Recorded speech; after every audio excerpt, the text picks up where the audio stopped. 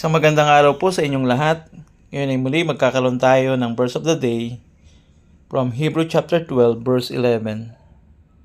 The Bible says, "For the moment, all discipline seems painful rather than pleasant, but later it yields the peaceful fruit of righteousness to those who have been trained by it." Salamat sa salita ng Panginoon. Dito, ang may akday binigang babala ang bumabasa patungkol sa usapin ng disiplina. Sinimulan ito sa verse 5 hanggang verse 11. Ngunit pagdating po doon sa verse 11, tinitingnan ng sumulat ang nangyari sa kasalukuyan. Sabi doon sa verse 11, "For the moment, all discipline," Una, painful. Itila hindi ka nais-nais, seems painful, kaya anong babala sa verse 5? At nakalimutan na ninyo ang pangaral na sinasabi niya sa inyo bilang mga anak. Anak ko, huwag mong pagwalang bahala ang disiplina ng Panginoon. Huwag kang manlupaypay kung ikaw ay sinasaway niya. So masakit, tanggapin, ibig sabihin. Kaya anong sabi doon sa verse 6? Sapagkat dinidisiplina ng Panginoon ang kanyang minamahal at pinaparusahan ng bawat itinuturing na anak. Kaya masasabing painful ang resulta ng disiplina at kailangan mo magtiis na binanggit doon sa verse 7. Supilin, ibig sabihin ang sarili, upang matutunan kung ikaw ay tunay na anak. Binanggit doon sa verse 8. Pangalawa, pleasant. But later it, sabi ron, yields, nagbubunga.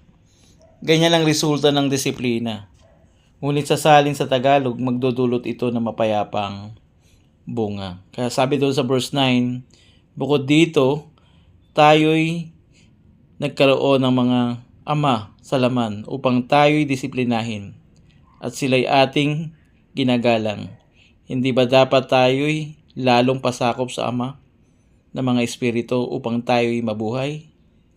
So dito pinapakita ng may akda na merong nagbubunga ng kapayapaan o yung peace na kanyang tataglayin ay bunga ng katwiran na to those who have been trained by it.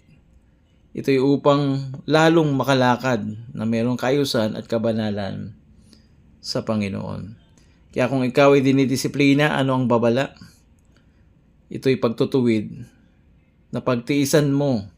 Pagamat painful, ito'y pleasant din naman na nagbubunga ng mapayapa.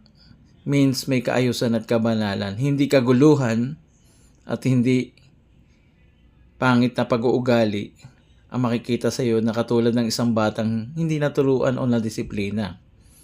Kaya tularan natin ang Panginoong Jesucristo na sinupil ang sarili upang tayo maligtas. Nagtiis sa krus hanggang kamatayan. Kaya kung masakit man ang disiplina sa iyo, ito'y dahil may nagmamahal sa iyo tungo sa iyong ikabubuti.